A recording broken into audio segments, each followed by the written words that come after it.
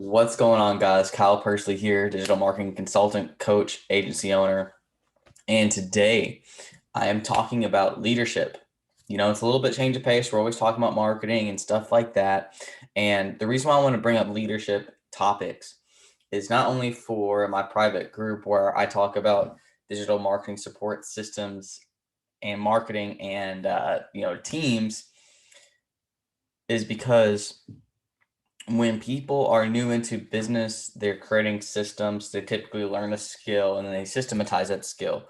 In the process of systematizing, it's the whole point of systematizing is firing yourself from different tasks. In order to do that, you're going to need a team and systems in place. Systems meaning like automations, standard operating procedures known as SOPs. But I really want to talk about the leadership side of things. And let me tell you a story real quick. So there was an agency I was working with. The best they've done was about 50K to 85K per month. And lots of times they were, getting mad at one another, okay, because stuff wasn't getting done correctly. And what this comes down to is the reason why people are getting frustrated is because expectations haven't been met between each other, proper training and time. I'm gonna say training and time to actually learn the skill just wasn't there, right? So what happens is the CEO or the whoever is ahead is yelling, or they're having big conflicts with each other because they're not in sync. They're not working together as a team. That's why it's called a team. There's no I in team. Yes, there's a I in win, of course, but that's not the point we're getting here. We're really trying our best here to service our team because in essence you're necessarily working for them. So that's one expectation I want to talk about is when you're hiring people, first of all, you're not a dictator. They're typically working, you're actually working for them. And that right there, that whole perspective right there helps out with those 3 points of helping people get in sync, giving enough time and to learn actually the skill.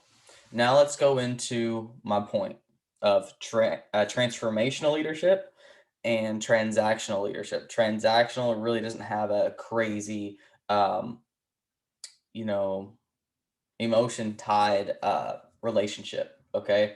So it's, I'm going to pay you for this service. That's it. Get me that result. And that's all I care about. That's it. Okay. And, when things don't happen, it's easy to fire them. But also, it's really hard to find your solution because you're not necessarily fixing the problem. It's going to keep on happening and happening and happening until you find the right one, the diamond in the rough, so to speak. So, I like transformational leadership because how we solved that issue, I was what I was describing this agency I was working with. We ended up, training our fulfillment team, and this fulfillment team was handling CRM integrations. They were handling media buying. They were handling customer service. They were handling appointment setting.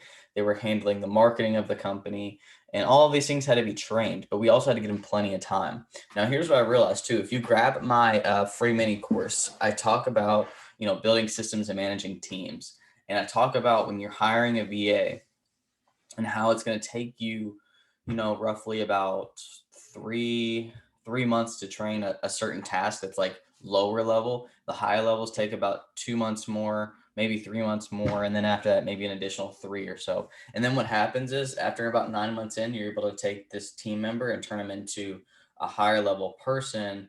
In essence, training your team to produce the results that you were training them on how to do it, right? So there's really good benefits to transformational leadership, and what that exactly is you're actually taking the time to meet with your team multiple times a week for the result of you taking yourself out of the business so that way you can work whenever or how long ever you want to work, right?